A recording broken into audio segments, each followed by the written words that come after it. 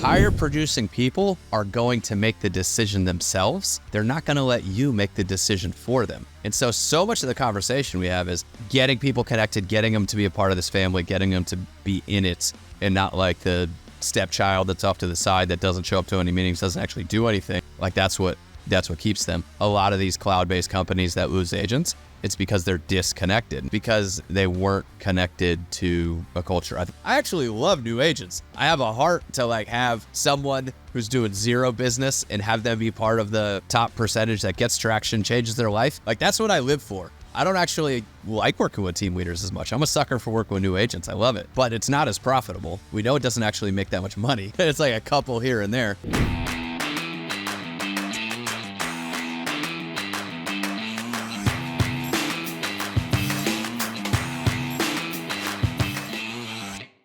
You're listening to the number one real estate podcast in the world. We talk with real estate professionals all across North America about their wins, losses, lessons, stories, help you win in your local market today. My name's Cody from Sheridan Street. I'm joined with Vikram Deal of the Real Estate Sales Academy. Vic, what's happening, man? I'm back in Canada. You're in Medellin. I'm very jealous of where you're at in the world. I'm not quite jealous of where I'm at in the world right now, but it is what it is. And nobody wants to be in Canada. At least I don't know anybody wants to be in Canada.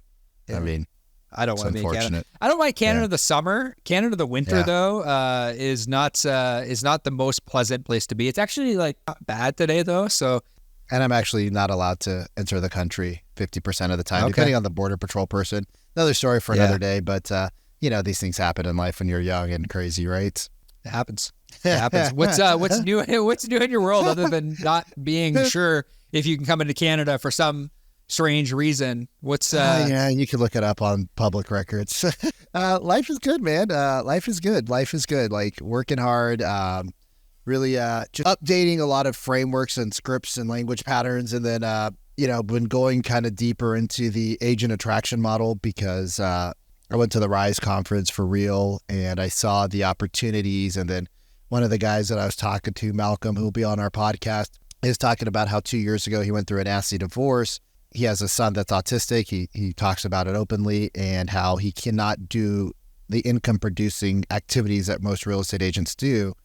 Like, bro, literally I was talking to him and I was in tears because like so authentic, real and raw. And he said, I had to figure something else out to make up the income because I'm a single father 5 days a week or 4 days a week with a son that needs full-time care. So I had to figure out what I could do. I was at Real. Tim was one of the guys that attracted him over. He said I was at Real and I wasn't really doing anything with it like a lot of agents because I didn't have the need. But all of a sudden the need came up and he was in a position where now it's been 2 years. He has 75 people that he's getting to help grow their businesses, which is fucking awesome. And he's going to probably cross 100 to 120,000 bucks at the end of 2024. Probably about 150,000 at the end of 2024. But this year he's going to probably have earned, outside of his real estate commissions, just for doing cool things with cool people, he's going to earn like 80 grand. And I was like, I can't believe I have slept on this. And it's not the opportunity. I can't believe I slept on exposing this opportunity to other agents. And I feel like a douche for it, bro. So that's what's going on in my world.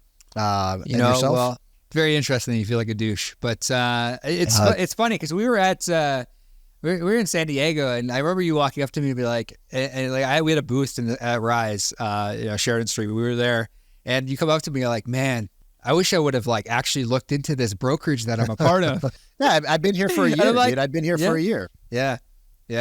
Well, you joined, you jumped on the bandwagon because of Sharon, and now you actually understand what Real does. That's pretty cool. But yeah, for me, you can actually explain it. Yeah, you can explain it. You actually have a framework to explain it now. But for me, back in Canada for a couple of weeks visiting family, gonna head down to Latin America. We're literally, like, if you're listening to this podcast, we literally are closing our appointment trial today. I know you said the last, but there is no but. There is no but. We're going to open it. But since Cody mentioned it, if you DM Cody and you reference this, I will pay for your trial. That's okay. That's not how it works. We're going to open it back up back up in the new year. We're legitimately closing it today. So we're going to open up the trial back up. If you DM Cody and you mention this podcast, he might let you in. Just throwing that out Probably there, not. Cody. I'll probably send you a link to get on the wait list. But most likely you will not get into the podcast. Your marketing skills are Hey man, impeccable. you gotta throw in a little bit of sense of urgency. You know, you gotta Their throw in a little bit marketing of sense of skills are urgency. impeccable. Hey, Hey, but if you guys, we have a guest today. Real quick, before we introduce the guest, because we forget to do this at the end because we're always jamming and we always go a little bit over because we always have such great guests. We do this for free. Care about your business. We care about you. We like our guest hat says, work hard, be kind. It's the motto that we all believe in. We don't monetize this. We've probably spent close to $20,000 between our teams and everything else that we've done to produce this podcast. This is episode number 220 or something like that. In 1 year, we're not stopping. We're going harder and harder, stronger and stronger. And the reason I share that with you is because a little social currency goes a long way. If you could leave a comment, tell us what you liked about the podcast. If you could leave a comment, tell us what you would like us to improve about the content. If you could share this with a team leader, if you could share this with somebody who needs it, right? Somebody who needs to hear what we talk about. It goes a long way for us. And we every time we get one extra view, we get excited because we know that it's helping somebody out. And so we don't ask for a lot from you guys. If you need help with sales, click my link. If you need help with marketing or an ISA, click Cody's link. If you want to talk about real, click my link. But that's all we ask for. But we do have an exciting guest today, somebody who's been really just a really cool dude. I met him by accident, not knowing who he was and not knowing how big of a deal he was inside of the company and how instrumental he's been to the growth of this company and the growth of other agents inside of this company doing amazing things. I got to be on his panel. He was the host. His heart is bigger than gold. But I get to introduce I think I could call you a friend. I haven't pissed you off yet, have I? Not yet. Well, I do have a notepad here. I'm keeping track. Perfect. Yeah. I get to introduce my buddy, Tim Macy out of San Antonio. Tim's been with Real for a few years now doing incredible things. But Tim, why don't you share a little bit about who you are and what you're doing in the world, and then we'll get maybe into content marketing or maybe agent attraction, see kind of where the conversation flows. Yeah. So Cody, Vikram, man, thanks for having me on. It's I always love doing these things, and it's funny because you never know who's listening, and it's just been great to have a podcast and be on podcasts. So I always love coming in to do this. But no, I mean, I guess where I got started was getting out of the Air Force in 2014 and not really knowing what the heck I was going to do with my life. I knew that I was a little disgruntled, like I was trying to stay in, but I got booted for medical stuff that I didn't agree with and all the back and forth and everything.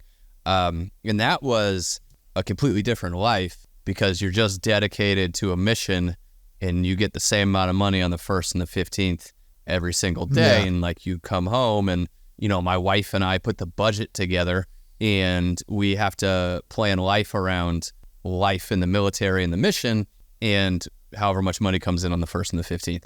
And so it was a very structured, and it's funny, I think like they bring so much structure to your life in the military because the mission is so crazy that, you know, I think that's where it brings some of that in. So anyways, I get out and I'm a little annoyed and I'm going the complete opposite direction. Like I'm never having someone in control of my paycheck again, because that was the biggest thing for me was that, holy crap, like I'm now jobless. I now have nothing. And it's because someone else was in control of my life. Someone else dictated when I got paid, how much I got paid, and if I got to keep my job. And so I came out with, hey, my name is going to be on the front of the check, not the back of the check. Yeah, baby. And that was kind of the mission. Now, that all sounds great. Vic, you spent some time with me. You know I'm not the sharpest pencil in the box here, so I don't know what kind of options I had getting out. Like, what am I going to do as an entrepreneur? And I wasn't going to, like, make an app because I'm not that smart. I'm not a nerd. Yeah. I'm not going to make an app and be a tech guy.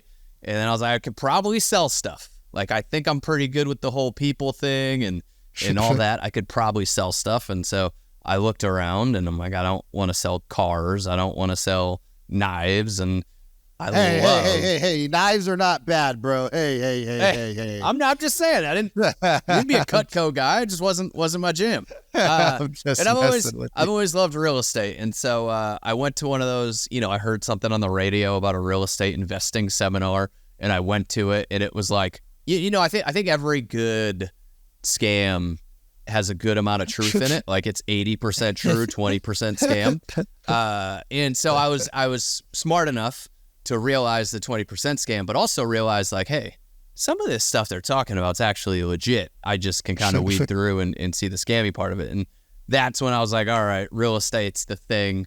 Call my dad. I'm like, I'm going to do real estate. And he's like, dude, you've never picked up a hammer in your life. Like, what are you talking about? He's like, okay, but I'll be a supportive parent. Go do your thing.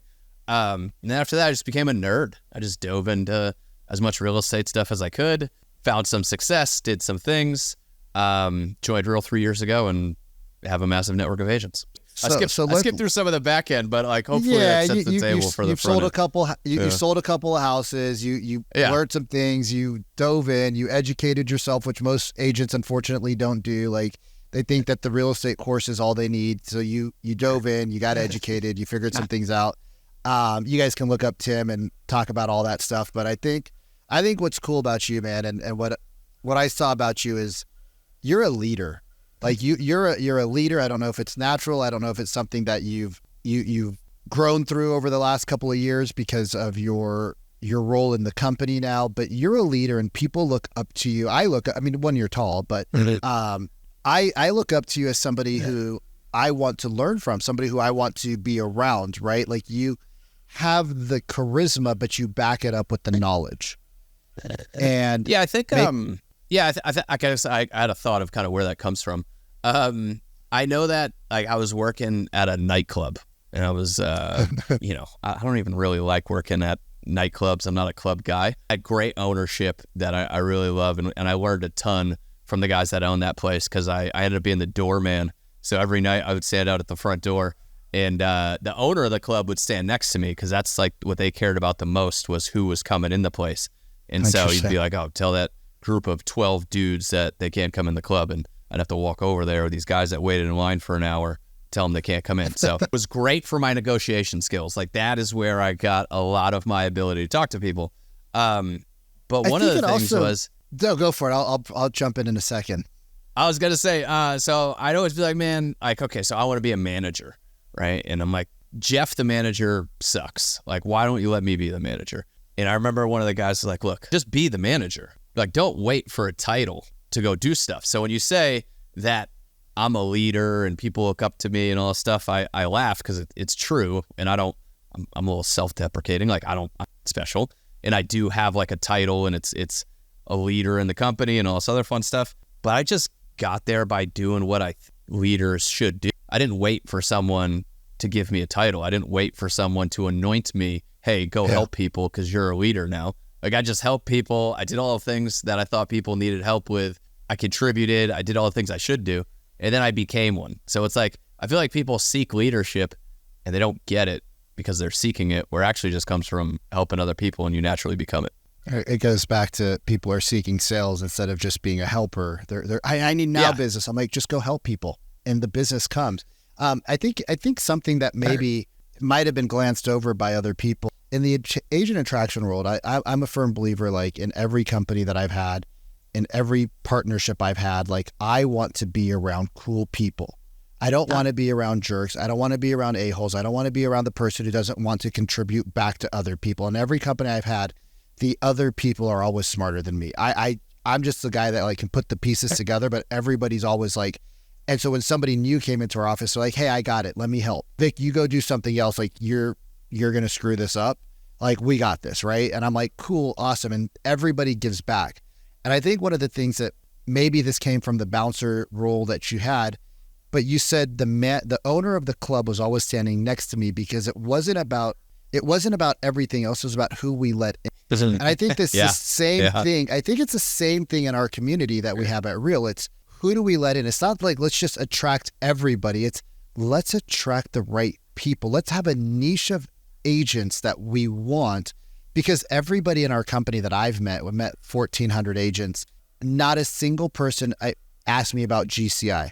Not a single person said to me, hey, how much was your, like the first question was like, hey, who are you? Where are you from? What do you like?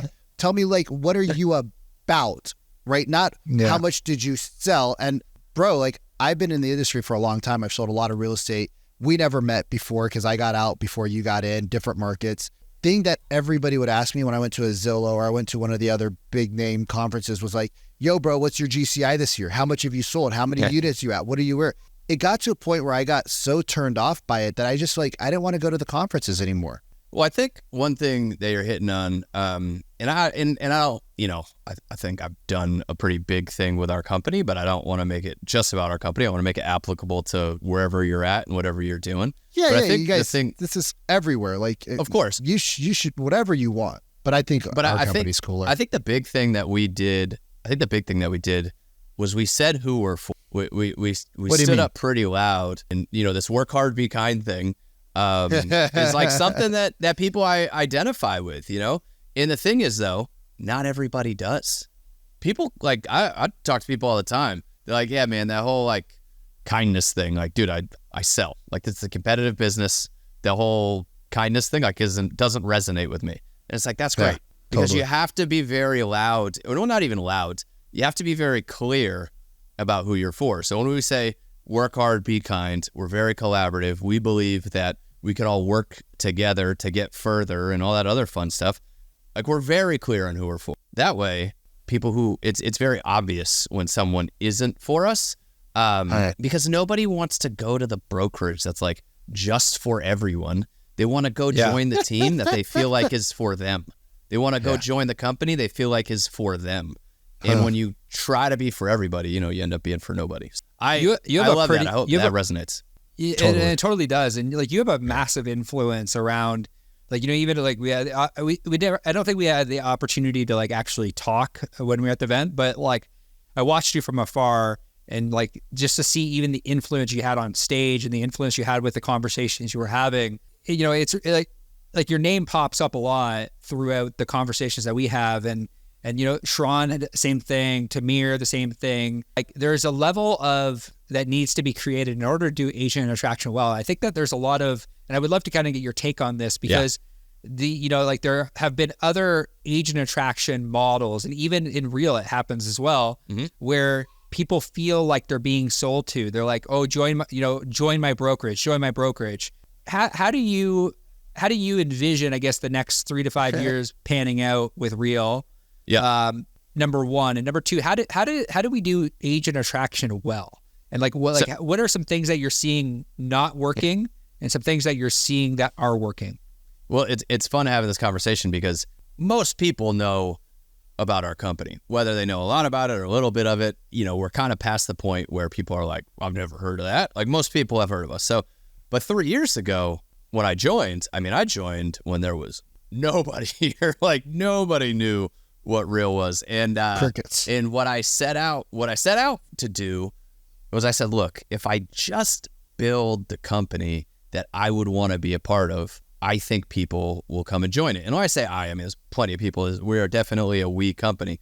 But my mindset around it was, if we just build what agents want to be a part of, they'll come be a part of it. I shouldn't have to like have some lunch with slides that I trick people into coming to and like sell them on it. It's like Tesla, right? Like if they don't run any marketing, they just build a car that's cool and enough people talk about it, everybody buys a Tesla. And so that's the kind of mindset that I had, is if we just build the thing that we have, people will come and join it. If I just focus on taking great care of the agents I have already, more agents will want to come be a part of that group. But if I spend so much time trying to sell people on my thing, there's probably something wrong with it. You know what I mean? So that was my mindset coming in. It's like, let's just focus on taking care of the people that are here. And if we do that, more people will come. And what's funny is I think that's what's caused a lot of that energy that you see, where our people are super connected because they come in and they get that same mindset. And now you have all these agents that are just like, man, I really want to grow the company, and I really want to make the money that comes from growing the company because it's also really good. Like I'm not going to get around that either. If you get good at bringing people to this company, there's a large amount of income to be had. I think what happens is we get everybody on that mindset. Now you have a whole network of people that are just like, hey, if I just pour in and try to help the company and I try to help the agents that are here, more agents will want to come and be a part of it. And I think, it's funny for you to come to our event where I've got just like 1 million people coming up to me. And I feel like somebody came up to me like, this must be like your wedding. Like everybody wants to come say hi and take a picture, right? All day, like literally from when I walk in to when I walk out all day. And that's just because I've spent the last 3 years trying to help the agents that are at Real. And I'm not anything special. I have a Tuesday call we do every week. I'm open to answer people's questions. I go out of my way to help people out. I don't care if it's financially incentivized for me. I'm just helping people because I want to help people. And then that is the type of energy that when you put into the world, I say, if you always give more than you get more than you can ever imagine. And so I've poured in and wanted to make sure I was always giving way more than I could possibly ever get back. And now I have trouble figuring out how do I give more than I'm getting back, because I get back so much just from the people, financially, and everything else. So I know that sounds kind of like rainbows and butterflies, but that's my mentality, is just pour into the people you have, and people will see that, and more people will want to come be a part of it. It's not, it's the law of karmic returns. It's the law of the universe. It's unspoken law. If you give freely and openly, right, you just give to give, because it gives me chills, man, talking about it, because Cody does it, Sharon does it, you do it, I try to do it. Like, yes, I like an agent, like a salesperson, I am financially motivated by certain things, but at the same time, I spend a lot of time in the workspace, and I'll give out scripts and I'll give out things that I've spent, each script that I create, it takes it anywhere from 40 to 100 hours. I pour my soul into it. And I was in Sharon's room after Tuesday's listing presentation at the Real event. I was in Sharon's room jamming. It's like 12:30, 1 o'clock in the morning. We're talking about listings, and I'm like, hey bro, I have a question about this and about this and like this. And he's like, you gonna go to sleep tonight? I'm like, probably not, because I'm training a big group of people the next day, and I want to give them the best that I have available to me. And I see that from everybody that comes into the company. And again, you guys, whatever your company is, this is brand agnostic. So whatever your company is, whatever your team is, if you follow the same mindset that Tim has, pour back into everybody, whether you're financially incentivized or not, you're going to reap rewards and benefits, because other people notice it and they're going to be like, hey man, why'd you do that? Oh, it was just the right thing to do. Why'd you do that? It was just the right thing to do. When it comes to conversations around agent attraction, right? I think this was a good question that Cody was bringing up earlier. When it comes to conversations about agent attraction, right? Obviously there's the financial model. And I think that's important to a lot of people, because there are a lot of ways that, if you do the right things within Real, you'll actually get paid by the company. And I think there's other companies out there that offer benefits like this as well, where if you do the right things, you earn enough money, you will get the benefits. What are some of the ways that an agent should talk to another agent if they truly believe in the company or the team that they're in to help attract them over? Yeah, so I think one of the things is nobody, I have two thoughts. One, nobody wants to be recruited to a broker. Yeah, you know what I mean? horrible. Nobody wants to get cold called and then get convinced to join some brokerage. I don't want to ask you about Real and then me bring something up and you handle my objection. I don't think people enjoy getting their objections handled. I just think those things. So when I think about it, I think about what are some awesome things that I can be doing for Real and for the industry and everything else that will make people want to come work with me. What am I doing that people want to come work with me? We're doing an event on Monday. We're doing Texas events all next week for our Real agents. And I know there's going to be other agents that aren't at Real that show up and say, man, I want to work with these people more. Look how they're helping these agents in the room. I want to be a part of this family. It's we have our big video conference in April every year, and it's turning into like a second Real conference, which I don't know how I feel about, because I want it to be, broker agnostic. I don't want it. But the fact is that you get a lot of Real agents in there, and we're all family. You get that energy, and people that aren't, they kind of realize it, and they say, I kind of want to be a part of this. My company's not like this. I want more of this in my life. And so that's the thing that I think gets the conversation. That's what gets people to send me the DM, because we do talk about agent attraction, not recruiting. I don't DM people about Real. I don't call people and say, Cody, I want to talk to you about joining my company. I never do that. I think what we do is we're intentional about doing things that will make people send us the DM and say, hey, what's the deal? Give me the scoop on Real. And I don't do that just from a pacifist, like I don't want to prospect. I don't do it out of that. I do it, one, because it's the way that I would want to be brought onto a company. So I always say, like, I am not good at marketing to people in a way that I wouldn't want to be marketed to. I'm not good at cold calling. Like, I'm not good at hitting the phones because I don't like getting cold called. So I find that, like, I'm very good at marketing in ways that I enjoy being marketed to. The other thing, though, is the conversations are so much easier. My conversion rate is a lot higher. Like, if I have to try to convince Cody to join Real, I don't know. Super hard. 20% conversion? Like, I don't know what that is. When I have that moment where Cody says, Tim, what's the deal? Like, tell me about your company. Conversion's easy because I have the leverage. Like, I have the leverage because they're asking me. And so I do as much as I can. I design a lot of what I do to make sure I get conversations. And we do this on the real estate side too. It's like when I first started doing video content and I got those first couple of calls of people saying, hey, I saw your videos online. I've been watching your stuff for a while now. You have time to come over for a listing appointment? I'm like, I want more of this. Like, this is the way. Like, get people to call you, then you have all the leverage and conversion just goes to the roof. And so not only do I do it because I like doing it that way, I also do it that way because I think it's better. Like, it just works better than trying to convince somebody. It's just get them to ask you about it. So I'm curious.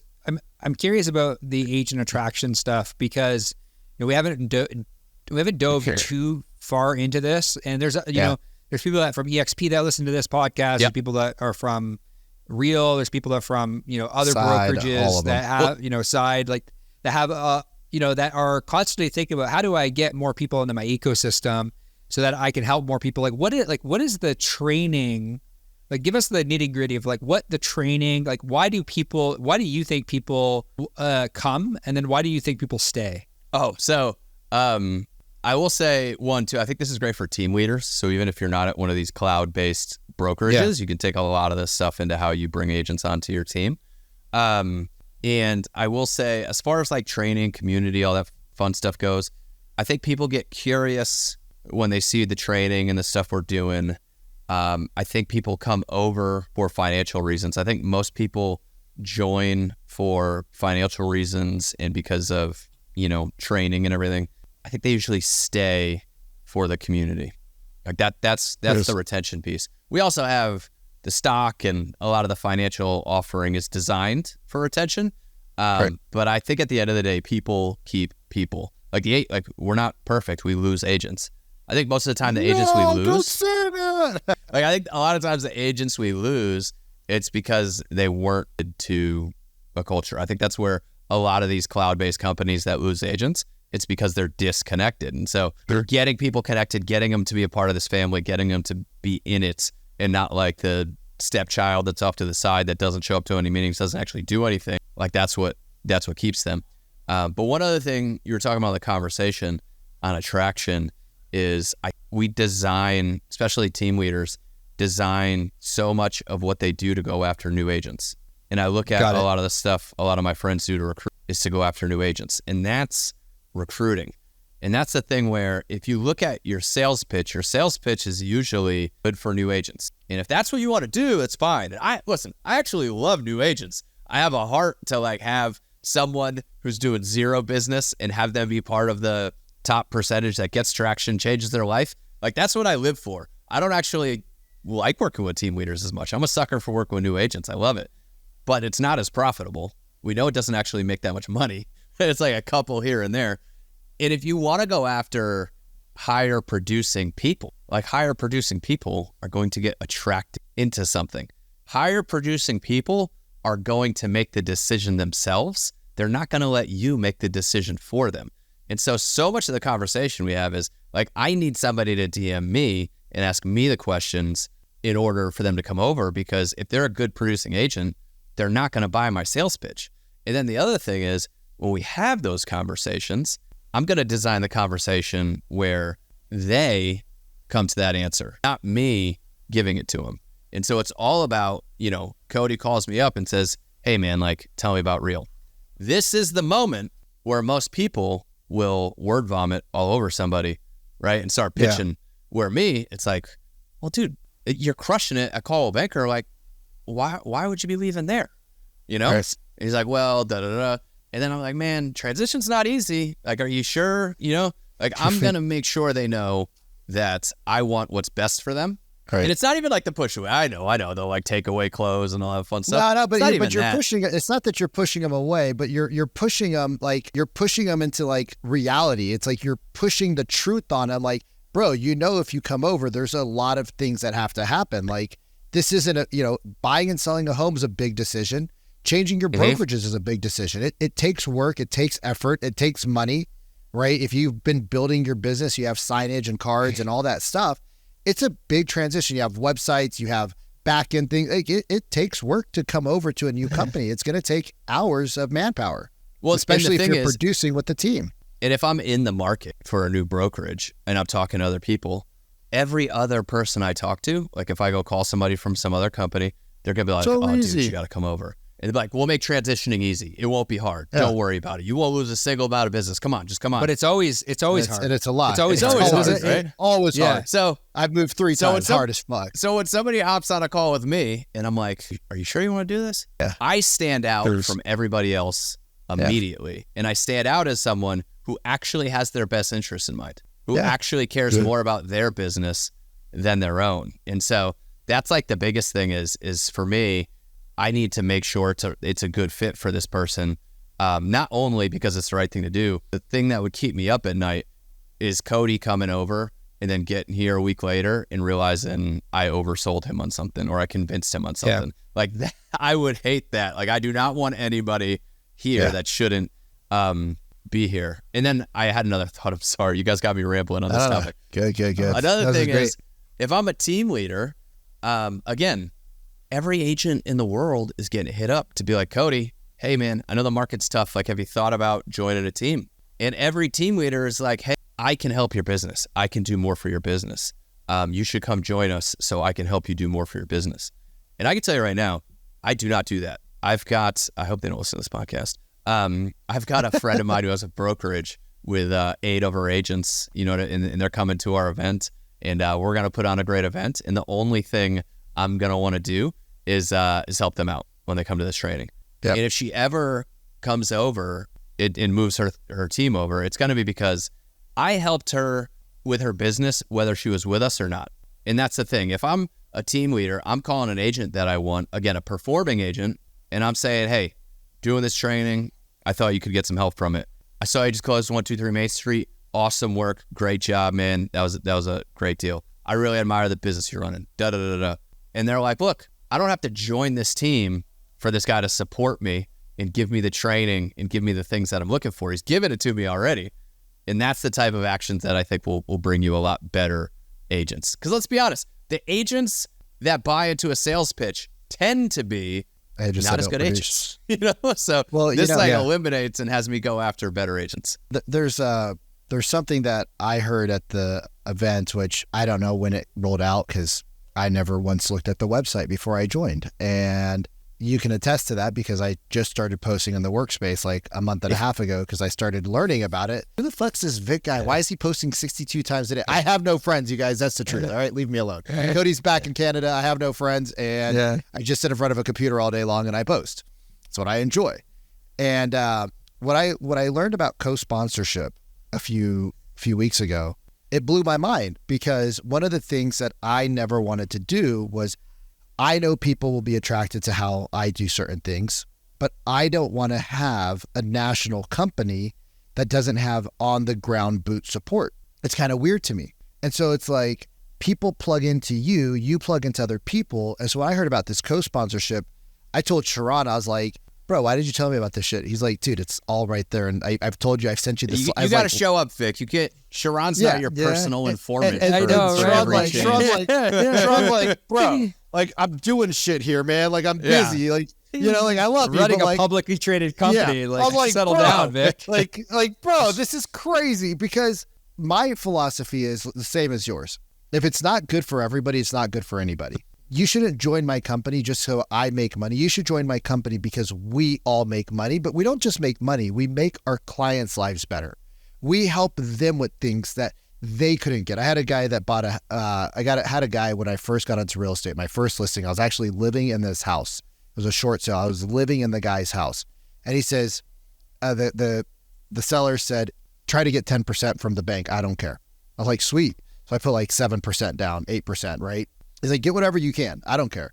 House, sell the furniture with it. He's like, try to give me 15 grand, but if you get me 10, I'll be so happy. If you give me 5, I'll be cool with you. But like, yeah, I'll be a little bummed that you're living there for free. And I'm like, cool, bro. He'd already moved to San Francisco. Indian guy come up to me. He's like, yo, I know you're probably getting 6 or 7%, 5 or 6%. He's like, you give me 4% back and I'll do a transaction with you.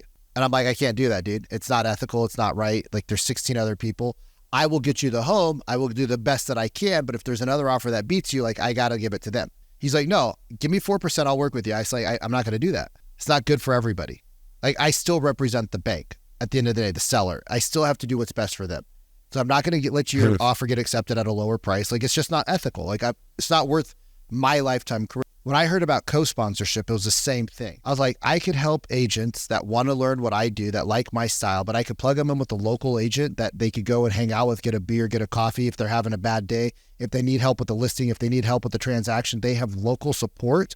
What? That's crazy. That's why I never joined EXP because I never knew who to go under. And when I heard that from the event, it kind of blew my mind because I would love to see more agents get placed to, like, I would love to have an agent in San Antonio be like, yo, Vic, I love you. I want to see you do well. I want to be around you and your crazy vibe, but I needed somebody locally. Where would I go? I'd be like, dude, I know exactly where to go. Like, let me ask you a few questions. I'll do the research for you. I'll interview. I'll talk to Tim. I'll talk to John. I'll talk to Chris. I'll see which one has the best based off of that conversation. I'll introduce you to 2 people. You go make the introduction. You go have the interview. I'll be there on the call with you. I'll hold your hand every step of the way.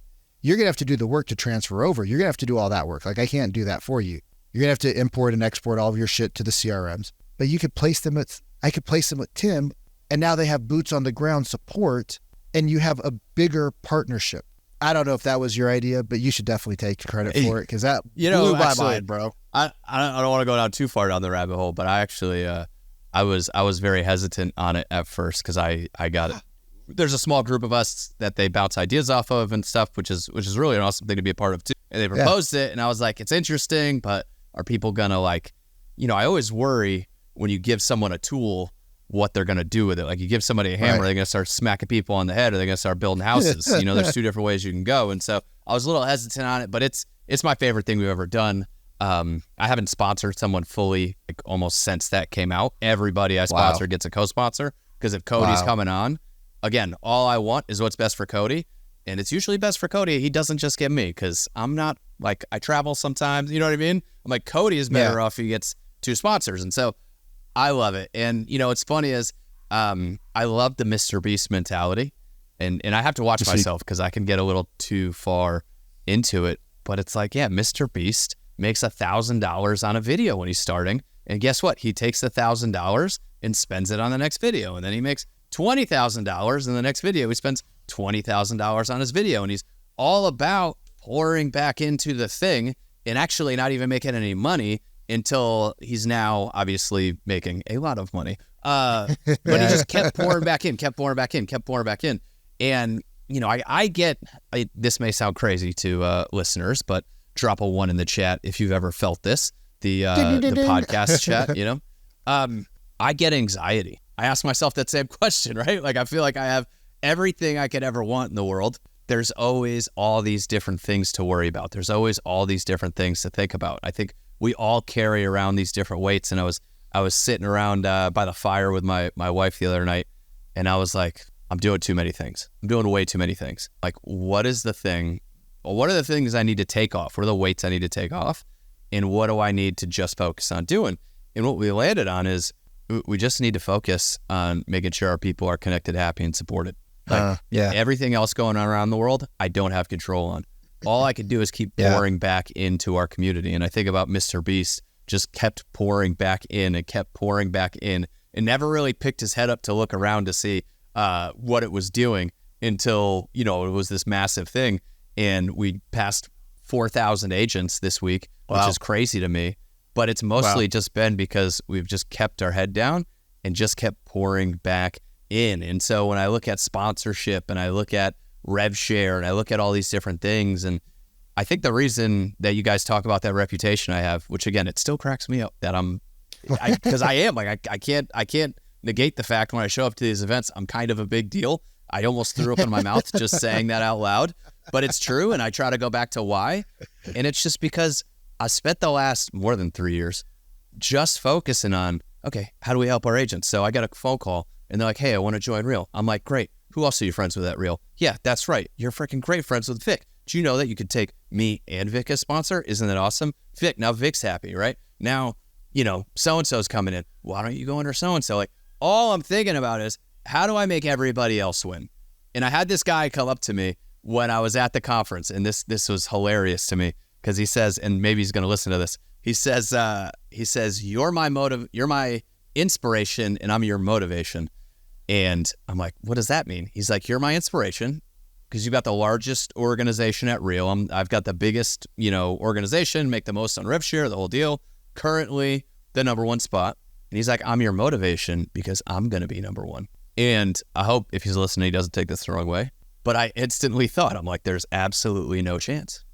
And not the ego around it that I'm so great, but just because that's the totally wrong mindset. Like, right. I am not motivated to be number one. I do not wake up any morning with any desire to be number one. The only thing I wake up with is, how do I make my people win? How do I help somebody else become number one? My whole goal coming over here was, man, how cool would it be if somebody that I brought over and somebody that I support became the number one rev share and the number one guy with the biggest organization? How cool would it be if I helped somebody else?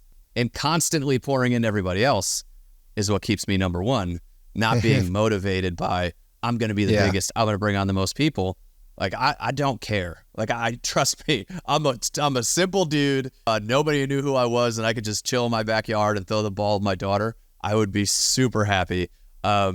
This is just a result of wanting to see other people win, not necessarily driven by myself winning. Love it, man. And we love it. And, wrapping up here, it's one of those things that, Vic and I chat about a lot. And like, we had a lot of really interesting conversations with Sharon about this. And it's really, really interesting that now you and I have, I know that you guys have connected at the event. Like, it's so interesting that, great minds are attracted to other great minds. And like your ethos to business, your ethos to life is very similar to Sharon's. Like, and I said this, like, one of Sharon's superpowers is getting more excitement out of seeing other people win than him himself winning. And you have that same type of ethos. And it's always interesting when, types of people are connected and our ability to really help other people ultimately is our ability to make income for ourselves. And Tim, I just want to say from the bottom of my heart, thank you for sharing so openly, even around even around ways that you can kind of just shift your language in regards to agent attraction. I think it's super valuable as Real continues to grow, as EXP continues to grow, as teams continue to grow. It's like, even if we can just shift our language, could have a massive, massive impact in our lives and in our income. Tim, if somebody want to reach out to you, maybe they want to learn a little bit more about Real, maybe they want to learn, maybe it's an agent-to-agent referral, where is the best place that we can send them for them to have a conversation with you? Yeah, I would say definitely hit me up on Instagram. That's like, my text messages are a black hole. My email is a black hole. Instagram is probably the best way to get me on the DMs. What's your handle? What's the handle, bro? Oh, at Tim Macy Realtor. If you type in Tim Macy on Instagram and I don't pop up, I'm doing something wrong. It'd be weird. I got a blue check. I paid for it. You got a blue check? I paid for it thoe. I paid for Nick and I paid for ours too. So don't tell anybody. I know. Where's my? You guys can't hear my sound, can you? Yeah. No, can't. Tim, I want to say thank you, and I want to say thank you for tuning into another episode of the RE Agent Podcast. We'll see you soon.